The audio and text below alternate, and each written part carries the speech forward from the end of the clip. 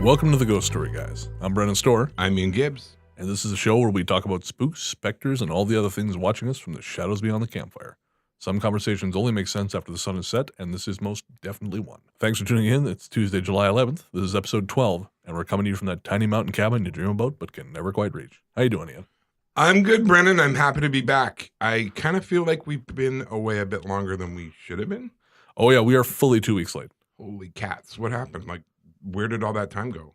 Well, I was out of town, then you were out of town. True. And then you've got those adult responsibilities you keep talking about. Yeah, like a job. Yeah. But what about you? How have you been? Well, aside from being a 34-year-old cross between Peter Pan and some sleazy detective novel. Peter Pan and a sleazy detective novel, eh? Yeah, pretty much. She had legs up to here, or she would if she wasn't 6 inches tall. Oh, no. Hey, you ever wonder what it'd be like to get down with Tinkerbell? Like, you couldn't have actual... No. Brennan here. Ian forced me to cut all of this and would like me to say, I don't want to say this. Say it. I am sorry for defaming the delightful children's story that is Peter Pan. In a grotesque and perverted way. In a grotesque and perverted way. Ugh, thank you. Now, back to what we were doing. Like that scene in Dr. Strangelove where Slim Pickens rides the bomb, you know, he's waving his hat. Yeah, I know. Please, for the love of God, stop. Oh, I take back what I said about missing you. Let's try this again. How have you been, Brennan? I am good, thank you. That was clean, thank you. My mother-in-law's in town from England for a month-long visit, so we took her on a mini tour of the interior. Nice. Yeah, she'd been to Revelstoke once in the winter, so we wanted to see it when it was nicer and it wasn't terrifying driving there. It was actually something that happened in that week in Revelstoke that sort of inspired me to put this episode together, and we'll talk about that a little more later. Cool. But yeah, took the ladies for a tour, stopped in Soyuz on the way back. I was just in Soyuz. It's a gorgeous place. It really is. Hot as hell, but I guess that's a point for weird beard sunbirds who visit there. You're like a vampire, aren't you? I don't do the daytime well, man. At least the sunshine. It was really hot. Yeah. It was really, really hot. Yeah, it's too much. I guess Soyuz was not your favorite place then. No. I mean, it wasn't bad. I stayed out of direct light, just the way great granddaddy Nosferatu taught me. And then once the sun went down and when everyone had gone to bed, I saw a naked dancing lady. Of course you did. I'm almost afraid to ask. That's fine. I was going to tell you whether you asked or not. Yeah, I figured.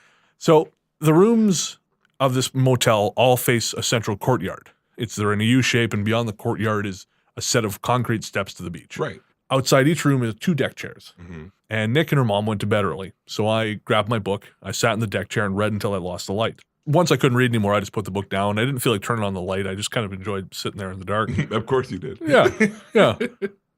And I noticed after everyone had gone to bed, all the people in the sort of the courtyard had gone away. Yeah. I noticed one guy on a balcony at the very far end of the U on the right side, smoking. And I thought I could see just the ember in the dark. Yeah. And then a light comes on from inside his room, illuminating the deck, and a woman comes out wrapped in what I think is a sundress. Right. And she starts dancing. Now, it's quite a long ways away, but I could make out she was a young blonde woman. Oh, I'm glad your senses were all peaked for that. let me tell you that we were all hands on deck. So I'm watching this, and she's dancing, and she's trying to get this guy to dance with her. Right. And he's not really into it, but eventually he gets up and dances with her, and I thought, oh, that's sweet. They're having a little moment. Right. Then he sits back down, and she keeps dancing. And he starts playing with his phone, because I guess he's gay. Wow. I don't know. Wow. But he's playing with his phone instead of looking at this dancing woman. Yeah. So she grabs the phone from him and turns up the light and starts kind of putting it over top of herself as she's swaying with her, what I assumed was a sundress. It's a spotlight dance. Yes. Yes. And so I kind of, because I thought at this point, I don't really want to creep on these people too much. I'll just take some pictures and leave. That's yeah, probably exactly. I'll go get my zoom lens. No, I thought I'm going to look away. I'll give them their privacy. I'm looking at my phone. And then I just saw some quick movement. So I looked up. She had a towel wrapped around her. It had fallen. She was naked. No. Yes. So she picks up the towel, not very quickly, I might add, wraps it around herself, and keeps dancing for him. And again, the boyfriend or whatever he was didn't look very impressed by this. He was, he was not looking too happy. And just, you can tell by body language, he was pretty tense. And I had the zoom lens. So that's another way you can tell. Yeah.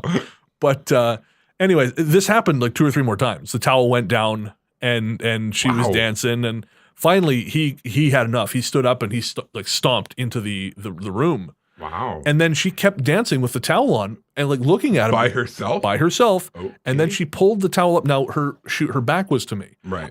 Now maybe they knew I was there. I don't know. Right. But she pulled the towel up over her butt, her naked butt.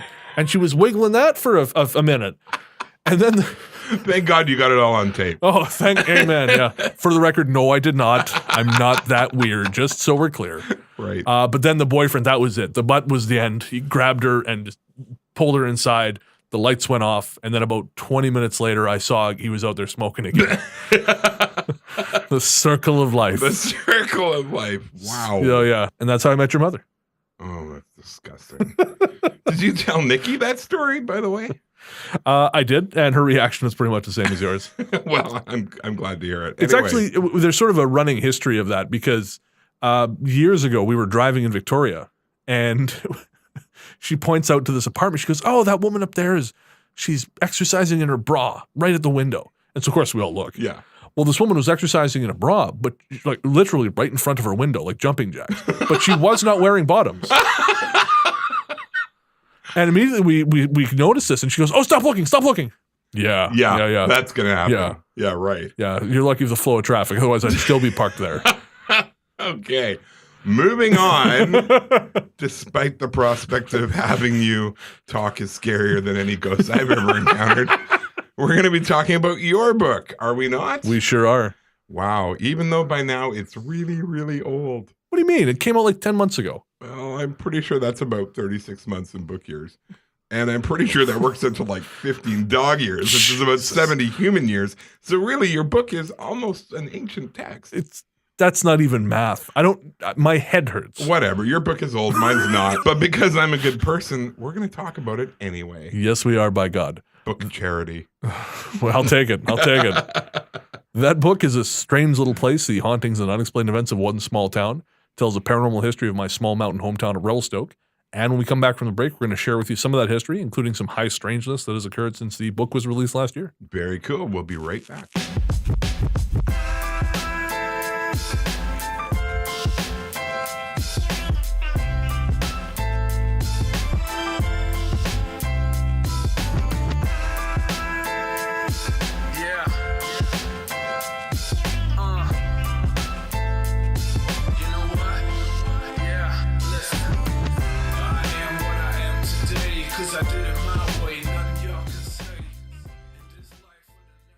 Welcome back to the Ghost Story Guys. Today we're going to be talking about Brennan's book of paranormal stories, A Strange Little Place. That is his small hometown of Revelstoke, which it makes sense why it would be a strange little place, seeing as you came from there. Go to hell. And these unexplained events go all the way back to at least the 1930s, which, were you alive then? Part of your vampire lore. But you know what? He's older than I am, for the record. I don't know a ton. I'm going to shamefully admit this now. I don't know a ton about Revelstoke. So, oh, you didn't do the research? I'm shocked. I read your book. This is my shocked face. I read your book. It was fine. So to get us... Yeah, I read your book too. Yeah. Let's start that conversation. But no, seriously, to get us going, tell us about Revelstoke. So Revelstoke's it's my hometown. It's a little mountain town on the Trans-Canada Highway, about halfway between Vancouver and Calgary. And, that is sort of my go-to explanation for where Revelstoke is. Right. But years ago, I was volunteering at some charity event, helping, just sort of pitching in with labor. And I told that to someone who asked me where I was from. And he said he had identified himself to me earlier as a psychologist. Right. And he said, "Oh, I can tell you've practiced saying that." Oh, okay, thanks, weirdo. Blow me, Sigmund Freud. Really? I've come up with a succinct way of saying that to make these pointless social interactions go faster. Exactly. Just go take more Klonopin and go to bed. It's 30 degrees west of this mountain range. Yeah, right? It's 4,000 paces. Nobody cares. God. Yeah, I hear you. But yeah, it's a small town. My life, the population, I think, has been kind of between 7,500 and 8,500. Right. And I mean, I moved away because employment opportunities were pretty limited. It was either the railroad or the sawmill at the time, and they're both lifestyles. Like my dad worked on the railroad, and you're married to that. Yeah. And the money's good. And used to be a great pension, but it's not for me. And the town is, it's an isolated place too, right? Because there's only 4 roads out of town. Okay. North dead ends in a hydroelectric reservoir. Not great. Nope. South dead ends in another reservoir and a ferry terminal. Yikes. East goes for about 90 minutes before you get to the next town, and it's actually been labeled the most dangerous highway in BC.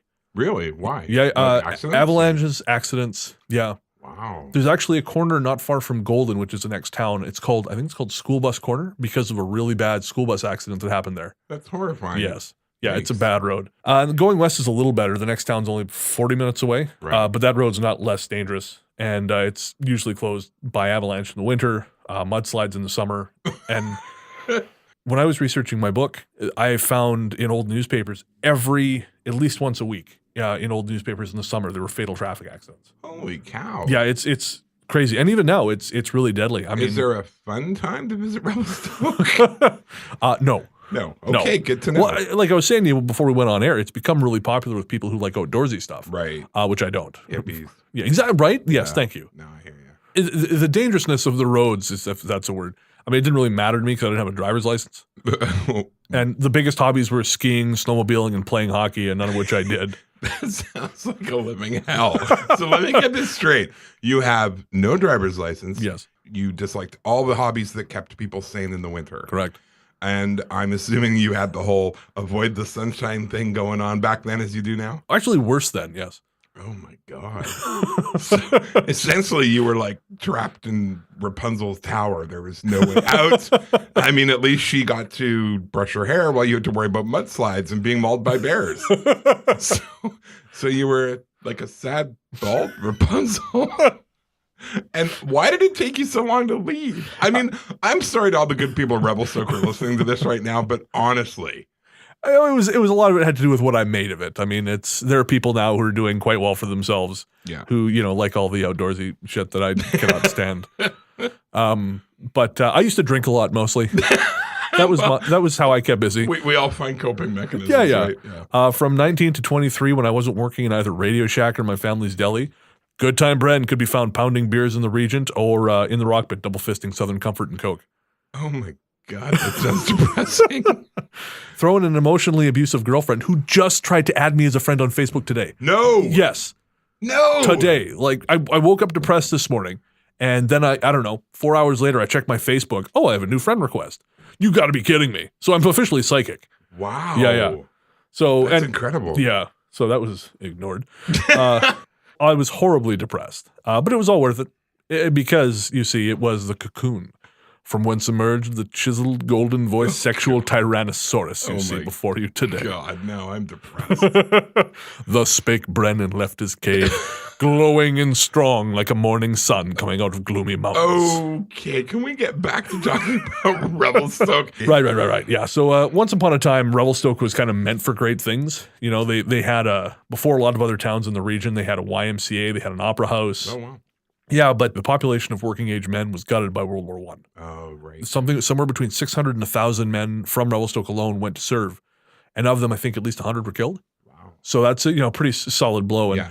I think the way I describe it in the book is that it took something from the town that wasn't physical, Yeah. but it was very tangible. Yeah. And it just ever since then it's been kind of it's survived, but it's never really thrived. Right. And even now, I mean, after the ski hill development's gone through and the demographics have really changed, there's still just this sense that something is trying to claw it back to this kind of joyless nihilism, Right. And I really hope it doesn't happen because I think it's not my town anymore, Right. but it's still a very, very beautiful place. Right. And, you want to see it do well, even if it's not with you there. Like, Right. oh, girlfriends. Yeah.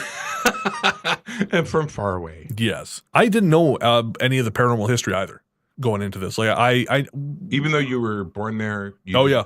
Wow. I learned more about that town in the 3 years it took me to research and write this thing than I did in 24 years living there. Oh, wow. That's incredible. Yeah. So what prompted you to write the book at all? Well, it started actually as a family history project. Okay. Yeah, I can see that. Because my family were a bunch of superstitious old wops. So we sit around the dinner table. Don't look at me like that. It's our word. I can say it. Okay.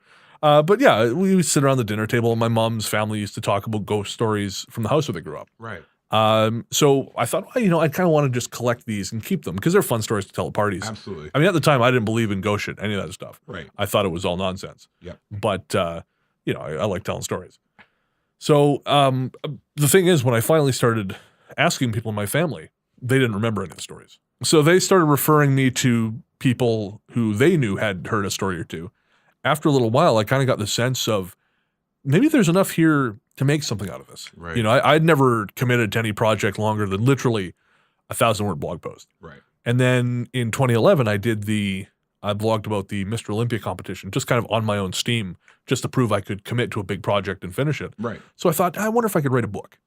And so I did, just took the references I had and kind of built out from there.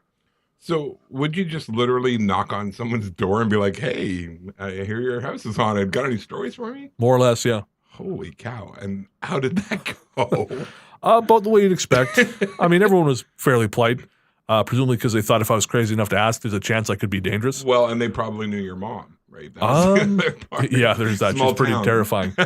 No, again, the demographic has changed so much. Oh, okay. Now, and the funny thing is, though, knocking on doors like that really didn't do me a lot of good. Right. It just kind of pulled out some awkward moments and some strange conversations. Right. One woman actually invited me into her home where she was alone with her infant child. I mean, I'm not dangerous, but how did she know that? I mean, it wasn't exactly a busy area either. Maybe she's really good at reading people. Well, that or she's got the survival instinct of a lemming. I mean, either way, she was a very pleasant lady. She actually lived in the house from the story of the graveyard next door. Oh, that's a good one. Why don't you start with that one? Tell us about that one. Sure, yeah. So the story of the graveyard next door takes place fittingly in a house next to the graveyard. That's a brilliant title. There's a twist. Yeah. I dug deep for that one. Mm-hmm. Back when the Revelstoke Dam was being built in the late 70s and early 80s, there was need for housing, so they built what they called the Thunderbird homes up behind the graveyard. It's a small neighborhood of cul-de-sacs and dead-end streets. Dead-end streets near the graveyard. Classy. Yes. Our city planners were either clueless, mind-numbingly literal, or masters of the pun.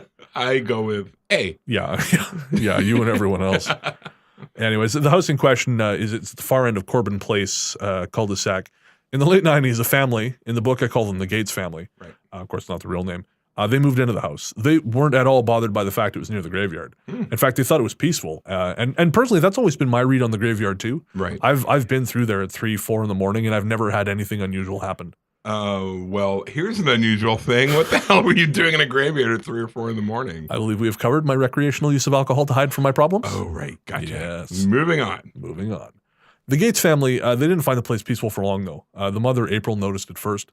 She said that after a while, the air felt unsettled, like you were always on your last nerve. Right. And then she started having really bad nightmares. The teenage daughter, Emily, was the first to really encounter whatever was going on there.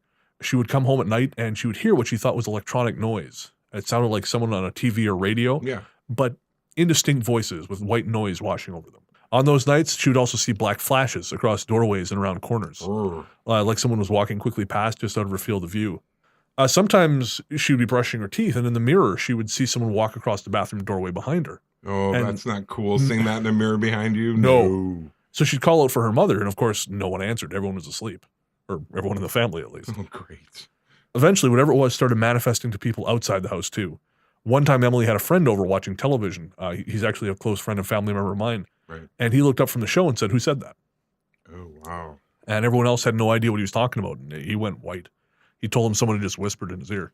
So the friend was not a super ghost guy? No, he wasn't. He's into horror movies and ghost stories and all that shit, but at that point he was pretty skeptical. Wow. And I mean, he's pretty skeptical now, but I think he's opening up. He's been spending time around people who are very sensitive, and I think that's doing it. I think it's kind of, I don't know, slowly drawing it out of him somehow. Yeah, wearing off on him or something. Yeah. Mind you, when I suggested that to him, he wasn't all that impressed with the idea. Well, people take their time to come around to different ideas. True enough, yeah. Anyways, back to the Gates family. So the youngest daughter, Maya, was born about a year after they moved into the house on Corbin Place. Right. And that seems to be when things really picked up. Her electronic swing liked to turn on its own, started rocking from a dead stop. Once she was old enough to talk, Maya would tell her mother about the people she would see around the house. Of course, people no one else could see. Yeah. There's first a little blonde girl with pigtails who would sit and stare at her. And after a while, someone else turned up, someone less benign. Maya called him the Dark Man and said he was dressed all in black with his face covered. And sometimes she would tell her mother, "He's staring at me. He looks mad." Okay, that would be a good reason to move, Yes. I would think. Now, I don't know if it was the house or the family dynamics, but the Gates marriage didn't survive the house. April and her husband sold the place, split up, and the women all moved away. I don't know where he went. But when I spoke to her on the phone, she was adamant that it was something about the house that drove her and her husband apart. She used to say there was a rage in there. Oh, wow. I mean, further to that, there's a piece of the story I didn't put in the book for various reasons. I think partially because it didn't come up at the time. Yeah. But Emily claimed there was a night when she did something to upset her stepfather. I don't even know what it was, something minor. Yeah. But he snapped at her. And supposedly he was screaming, unhinged. And that's bad enough, but apparently when he snapped, his eyes were completely black. Oh, no. Not cool at all. No. That's what she said. I mean, apart from black-eyed kids experiences, I haven't really heard of someone's eyes going totally black. So it's pretty extreme and kind of hard to believe. Well, yeah, but the anger's interesting. I mean, the black flashes, the figures the youngest girl was seeing, she was even expressing that one guy was mad. I mean, it all kinds of sounds like shadow people, really. It does, yeah. I mean, there haven't been many stories of shadow people I've been able to pull out from Revelstoke. The most dramatic one, I think, was a dream, although I'm not certain. But you can read the chapter In the Mountain Shadow for more details on that one. And, of course, there's gremlins, which are little shadow people. Right. But apart from that, I hadn't really found much, so I always assumed they simply weren't around the area. But, mind you, the last time I was in town, I saw something which has me thinking that theory is we'll talk about it. Okay. So do you think the haunting in that house is down to it being near the graveyard, or do you think it's just some weird energy in the area or something else? I wish I knew. There have always been rumors that graves were disturbed to make room for the Thunderbirds, but according to the city planners I spoke with, that wasn't the case. Right. According to them, the cemetery has always been on land deeded specifically for that purpose. But do you think they honestly would have told you if they had moved some graves? I mean, city planners aren't known for being super excited to share that kind of news. Yeah, no, of course not. I mean, who in their right mind admits to what's basically the desecration of a grave? Yeah. Well, okay, that's pretty metal. So maybe like one of those Scandinavian bands, that have their writing is all kind of hard to read. And the desecration of graves. Yeah. Yeah, nice. I mean, I've heard of a band called Torso, so anything is possible. You're probably in their fan club. No, that's a bit much even for me. Wow. I bought some CDs from their record label. Right. And so for a while, this is back in the day of mail order. So I would get the catalog in the mail. Yeah. And, the latest release from Torso was in there.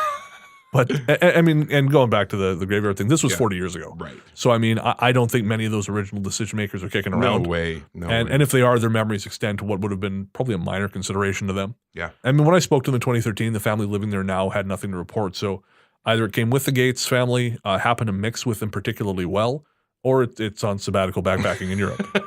Either way, it's quiet. Well, I was just thinking about the whole graves thing.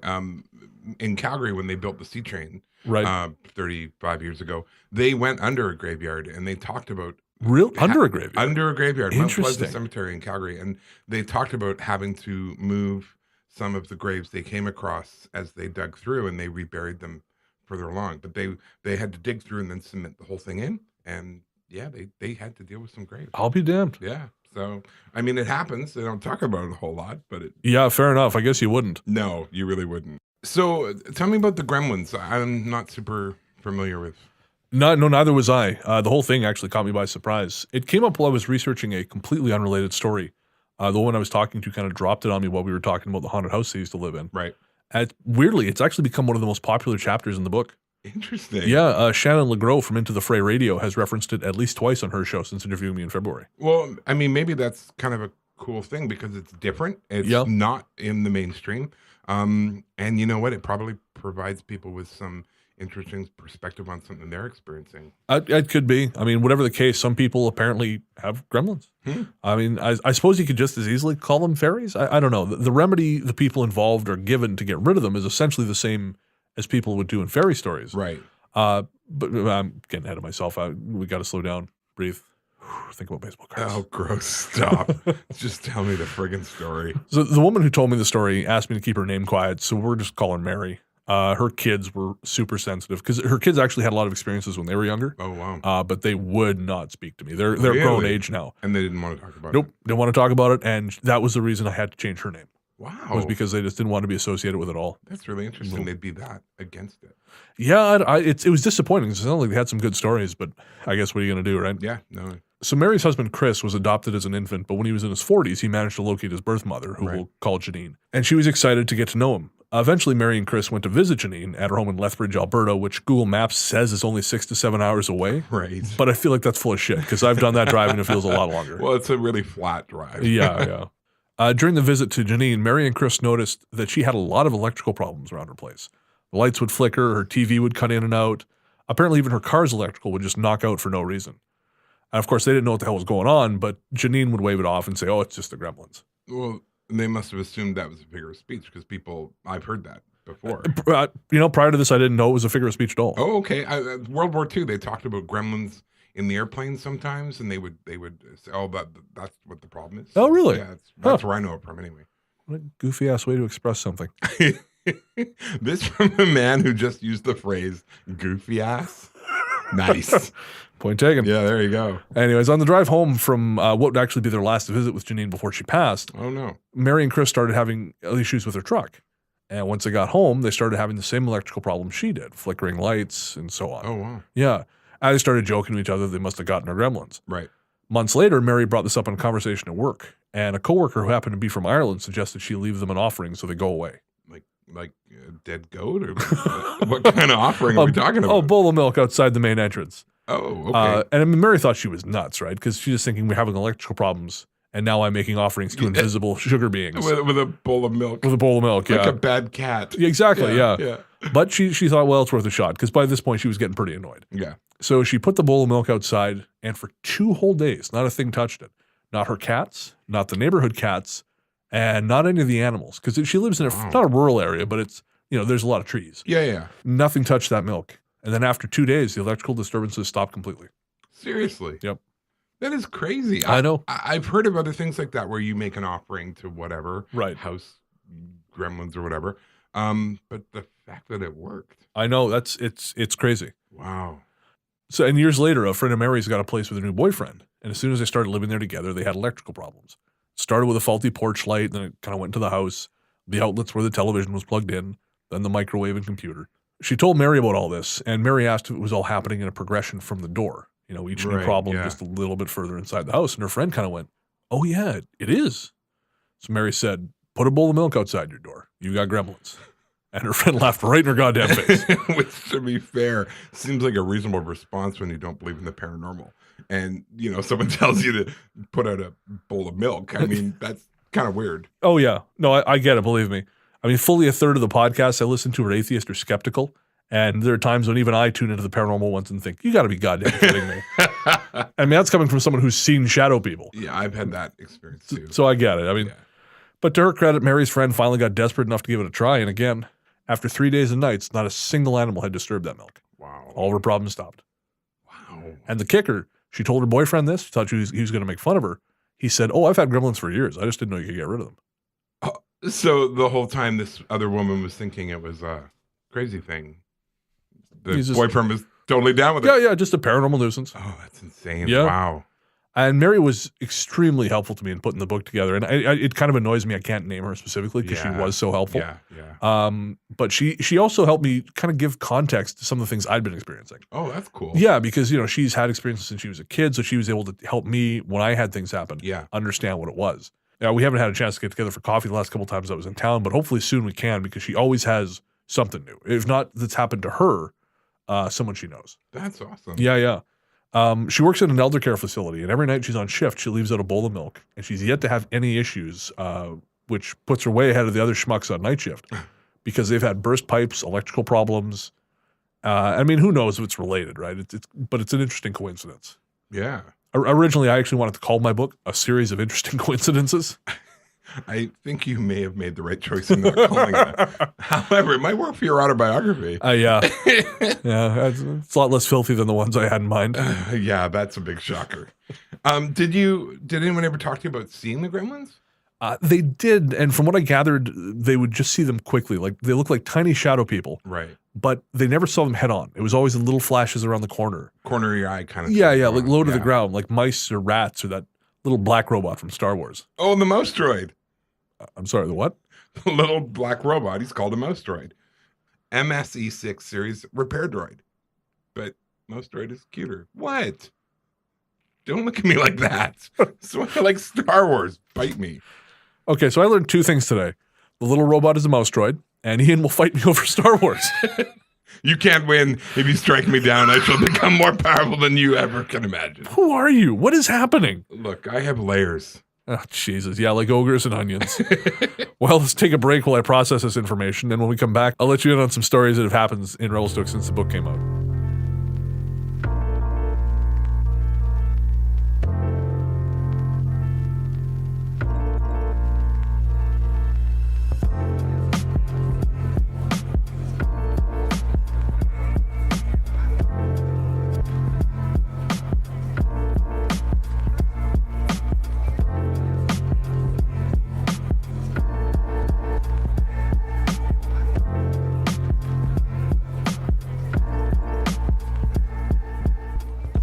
Welcome back. We've been talking about the haunted town of Revelstoke, BC, Brennan's hometown, and the setting of his book, A Strange Little Place.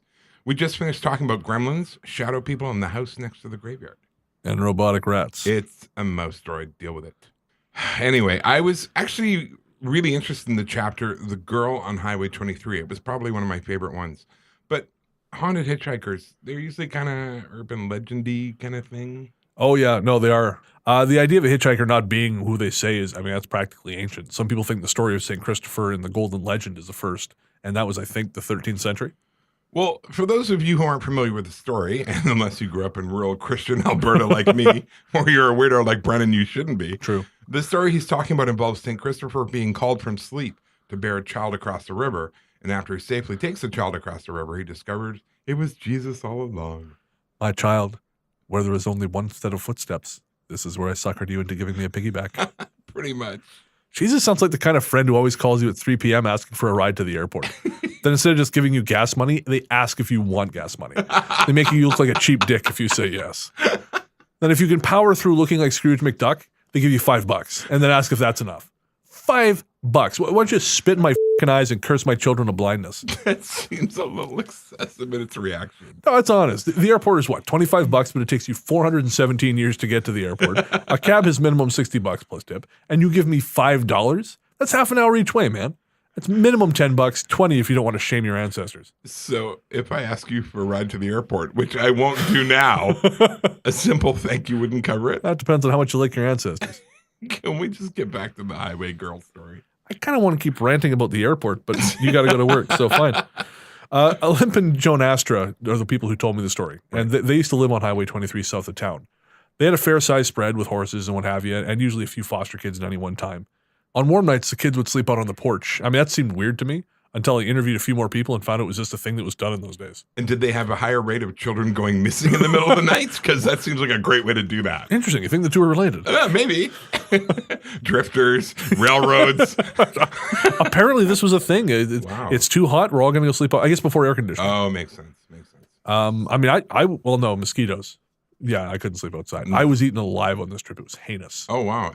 Are you usually someone who gets bitten? Or? Oh, yeah. Oh. Yeah, no. No, I was when I'm mosquito buffet. Oh, I really am. When I moved here, someone said, "Oh no, there are no mosquitoes in Victoria," and it's just because they've never seen them because they're all in my house. They don't bother me. Oh, that's nice for you. Yeah. I enjoy it. On one particularly warm night in the 1970s, the kids were sleeping out on the porch when they heard something in the woods. No, bad news. Never a good start to a story. No.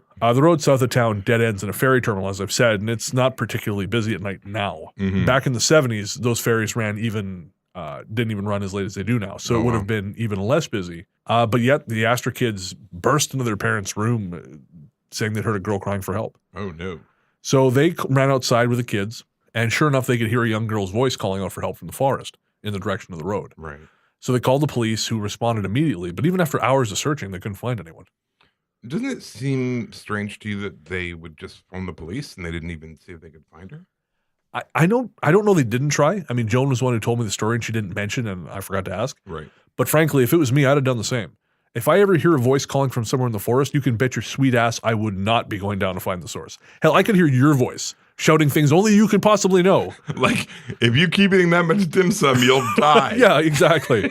I could hear your disembodied voice shouting that, then telling me you need my help right now without waiting, and I would still make sure I was locked securely in the house before I called 911. Oh, that's comforting. Hey, if it turned out to be you and not forest spirits, I'll make sure the police escort you back to a piping hot cup of cocoa. Aren't you the prince? Yeah, well, hey. Nice. Look, I know someone who followed a disembodied voice into the forest, and if I hadn't called him back, I don't think it would have ended well for him. Okay, well, so fair. The police came to the Astor house after searching the road again for, I think, a couple hours and said they didn't find anyone.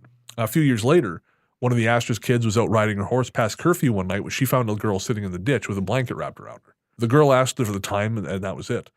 So the daughter, Cheryl, she went back to her mother, explained what she'd seen, and the two went out to go check on the girl because, of course, Joan said that a kid should not be out on her own that night, especially in the woods. Yeah. But when they got back there, she was gone. What's even weirder about this particular story is that according to Cheryl, her memory of seeing the girl started to break down as they were looking for her. She said she remembered it happening, but the memory had a kind of unreality about it. Well, now, do you think that was totally legitimate? Because I wonder if it was her trying to cover up what was basically an excuse for being out after curfew. That occurred to me, and I honestly don't know. I mean, all I have to go on is what Joan told me. Right. But I was thinking, if you fostered that many kids, presumably your bullshit detector is pretty fine-tuned by that point. Yeah, true. Yeah, I get that.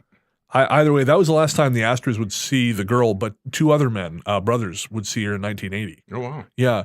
They were driving toward the ferry terminal through a fairly harsh blizzard when they saw a young girl walking the same direction as them. They don't remember exactly what she was wearing, but they said it wasn't anywhere near warm enough for the conditions. So they offered her a ride. She said no. And the weird thing was she said she was walking to Revelstoke, but Revelstoke's the opposite direction.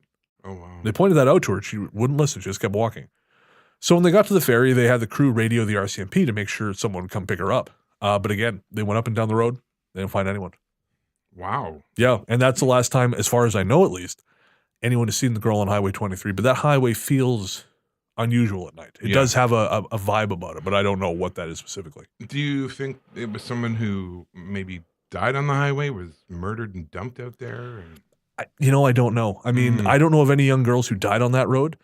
But, of course, that doesn't mean it didn't happen. Right. But usually stuff like that leaves enough of an impression on people in town that it comes up again. Right. It's still a small place, and weird shit happens, but typically something like a murder or a hit and run.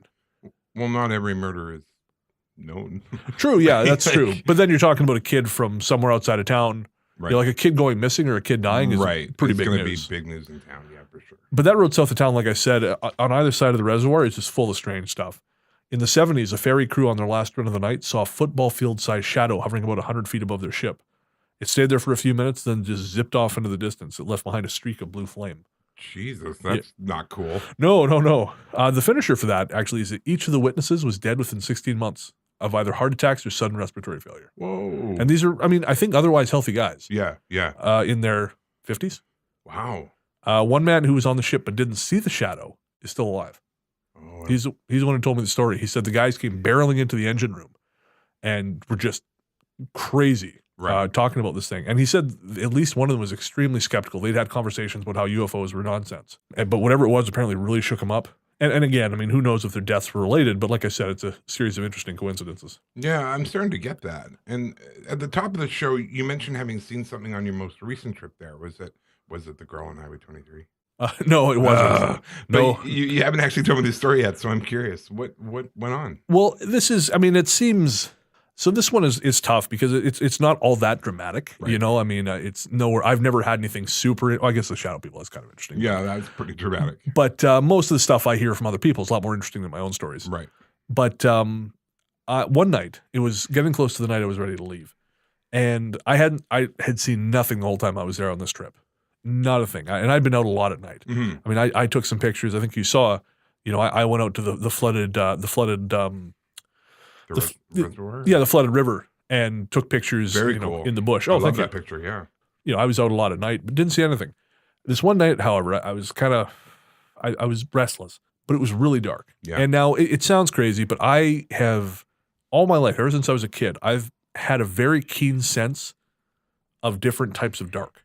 Okay. Yeah. So there's I like the dark as we've discussed. Yes. But there's a particular But there's a particular kind of dark that I've always had a sort of just a natural aversion to. Okay. Like it seems it's the kind of dark that seems to just soak up light. It's not just it's like an inky blackness. Yeah. Covering everything. Exactly. Yeah. So this night was like that. But I really was restless, and but at about midnight, everyone else is asleep, and I thought, you know what? I've got to do something. I got to go for a drive at least, because otherwise I'm going to be up all night. Right. So I got in the car and started driving. And I drove, I think, total about 45 minutes, 40 minutes. Not long. Not long. And I saw maybe one other car. Right. including one other car and a police car. Right. And there's a particular shot I've been thinking about trying to get up on what's called the Eastern Axis, which is the road going east out of Revelstoke up to the highway. Right. There's a bridge above the train yard, and I thought that would be a really cool shot from the bridge. So I thought, well, I'll go up there and scope that out. Maybe I'll take the picture. Right. So I go up the hill, cross the bridge, pull a U-turn, and I'm sitting by the side of the road, and I just had this really strong sense that tonight is not a really good night to get out of the car, especially in a wooded road. Yeah. So I just stayed in the car, went back down the hill, and thought, I'm just going to go home. Yeah. So I come down the hill, and at the bottom of the hill is an intersection, which if you're coming from the hill, it's uncontrolled. Right. But if you're coming from the left, there's a stop sign. Yeah. To the left, the road goes to the ambulance station and the industrial park. Across, and the road is lined by houses, each of which have trees in front of it. I want to say like evergreens. Yeah. They're maybe like 8 or 9 feet tall. Right. Well, as I come down the hill, I turned and looked at the trees, just scoping stuff out. Always trying to find angles to shoot. Yeah. Usually if I see something unusual, my first thought is I saw something unusual, and then I start picking at it to make sure it's not just me filling stuff in. And usually it is. Usually it's just my overactive imagination. Mm-hmm. So when I looked at this thing, which was a shadow about 10 feet tall, Whoa. that looked like 2 legs joined in the middle. That's all I could see before it stepping behind the trees. Yeah. I thought it seemed strange that immediately my first thought was, oh, that's just the shadow of the trees. And then my brain started working on it, and I realized that's not right. Mm-hmm. That can't be because it moved. And I feel like it wasn't lined up with the trees. Right. So I looked again as I was going down the hill to see if, I'll just see it again. That thing wasn't there. Wow. That shadow was no longer there. Well, what do you think it was? I have no idea. I really have no idea. And that's why I'm not making any crazy claims. Yeah. But I saw a shadow that was at least as tall as these trees, if not taller. And those trees are probably, again, 9 or 10 feet tall. Wow. And it looked like two huge trees, the shadows of 2 huge trees joined in the middle, partway up. That's all I got to see before I kind of, my vision clicked out. So you almost saw like the bottom part of it? Or? I think so, yeah. But it was huge. That's incredible. And I don't know. And I was going to pull a U-turn, go back up the hill and come back down and see if I could duplicate it. Yeah. And because I had this weird thing, like I really wanted to duplicate this. Yeah. But I couldn't make myself turn around. Wow. Because there was this part of me that was afraid I wasn't going to be able to replicate it. Yeah. Well, and it was probably that same instinct that told you, tonight's not a good night for outdoor photography. Again, I don't know what it was, but it certainly put me in mind of, again, the shadow people stories we've talked about. I mean, I go back and forth on this, but there are definitely Sasquatch stories from around Revelstoke. And again, though I know I have absolutely no idea what the hell it was I saw, I definitely saw it. Yeah. So it's just a matter of trying to find a place for that in my head. I was going to say, put it in a box somewhere. And yeah. Exactly. Well, who knows? I mean, maybe next time you're back there, you can replicate it or try or something. Or... Maybe, yeah. I'm dumb enough to try, that's for sure. I know you are. All right, we're going to leave it there. If you want to know more about the high strangeness in and around Revelstoke, you can order a copy of my book, A Strange Little Place, The Hauntings and Unexplained Events of One Small Town, from all the usual places, Amazon, Chapters, Barnes & Noble. Last month I was in the West Edmonton Mall, and they had a copy of it on the shelves there, which was pretty cool. That is cool, but West Edmonton Mall is a place where dead things go, so. Because, my book is still available on Amazon. Victoria's Most Haunted, 32 Tales. Are you sure no one's buying it? For a while there, actually, it was available on store shelves across the U.S. Mine is not. Yeah. So that's pretty cool. But at this point, it's of course, it's been out for almost a year. And I check the Barnes & Noble site sometimes because I'm curious. Yeah. And I plugged in some zip codes while researching this episode. And there's copies still in Washington State, Ohio, New Jersey, and Metairie, Louisiana. So nice. But yeah, if you're in the U.S., your best to get it online. And if you're in Canada, it's actually all over the place still. That's awesome. Which is cool, yeah. And cool. Of course, online. Speaking of Louisiana, you have some news. I do, yeah. I've been asked to appear on the Paranormal Substation, a show on UPRN Talk Radio, which broadcasts out of New Orleans. That's awesome. When do we go? Yeah, I wish. No, I love Louisiana, so the more time I get to spend there, the better, although in this case it's just my voice. That's not till October, so I'll plug that again close to the date. It's still very cool. It is. Speaking of October, can we talk about the thing yet? Maybe just a little. Just a tip? Just to see how it feels? Oh my God, you're disgusting. True genius is never appreciated in its lifetime. H.P. Lovecraft didn't truly achieve fame until he was long in the ground. Yeah, you're just like H.P. Lovecraft if H.P. stood for horrible pervert. Okay, that was pretty good. Thank you. Anyway, Yeah. we can't say much because we haven't firmed up dates yet, but we've been approached to do a small live show here in Victoria that we'll probably record for a podcast sometime in October. Yes, and I'm excited and nervous. As you said, it's all very speculative at the moment. We have no idea of what form the show is even going to take. Nope. But whatever happens, I'm sure it's going to be a lot of fun. I'm sure it will be. Expect Hawaiian shirts and plenty of gratuitous nudity. Nope. We'll see. No, we really will not see any gratuitous nudity. Well, gratuitous nudity or no, we'll keep you updated as we figure it all out. In other news, I've also booked a spot on Haunted Voices Radio for August 29th, which again, I'll pin closer to the date. How about you? You got anything to plug? My episode of the Paranormal Podcast just came out. I only know that thanks to you. So thank you for alerting me to that fact. I am hopeless at this self-promotion. Your press agent, I write your damn show. Jeez. Anyway, it came out and I was happy. Yeah, I know you did a great job. Oh, thank you. You can download that wherever you normally find podcasts. Not that I would know. And all this summer, I'm, of course, still leading the Ghost Walks here in Victoria 3 nights a week. So if you're planning on visiting the city, come by and say hi. I've got one tonight. Jesus, 3 nights a week in addition to your day job. Yeah. When do you sleep? I'm looking at September right now. That's kind of because the Ghost Walks go until 11. So I work Really? 8 to 4, and then I come downtown and I maybe do a podcast like tonight, and then I'm up until I get home about 11:30. I had no idea it was that late. Oh yeah. Oh, man. Two a night. So it's a lot, but it's good. It's fun. Well, try not to work yourself to death, right? I mean, no one wants to hear me do this shit by myself. I promise not to die until it's convenient to you. Much better. Yeah, I'm sure. All right, if you want to know which nights Ian is doing the Ghost Walk, send us an email at ghoststoryguys@gmail.com or send us a message on Facebook and he'll let you know. I will indeed. Also, we're still looking for submissions from people. If you've had any precognitive or otherwise unusual dreams, if you've had a dream that's come true or you just want to talk about it, we'd love to feature them on an upcoming Dreams episode. So please send those in. As always, big thanks to Pizzanta Music for our theme song. And if any of our listeners are musically inclined and have stuff they'd like us to run as bumpers, let us know. That would be cool. Don't forget to rate and review us on iTunes and Stitcher. Share us with your friends on Facebook. Get the word out. Oh, and if you want to get my book, you can. Don't know why you would. Because it's brilliant. Victoria's Most Haunted, Amazon chapters, all those good places, plus the local bookstores here in Victoria. And I just found out this week, I'm back on the BC bestsellers for the end week of July the 1st. Yeah, you are. Yeah, I am. You're a goddamn champion. Woohoo! All right, folks. We'll be back in 2 weeks with another episode, and we promise it'll actually be 2 weeks this time. I think we should be able to. We're both. Well, I'm done traveling for now. I'm broke, so we should be good. And we got nowhere else to be. We will be here for you. Exactly. So until then, take care and be good to one another. Take care. Bye.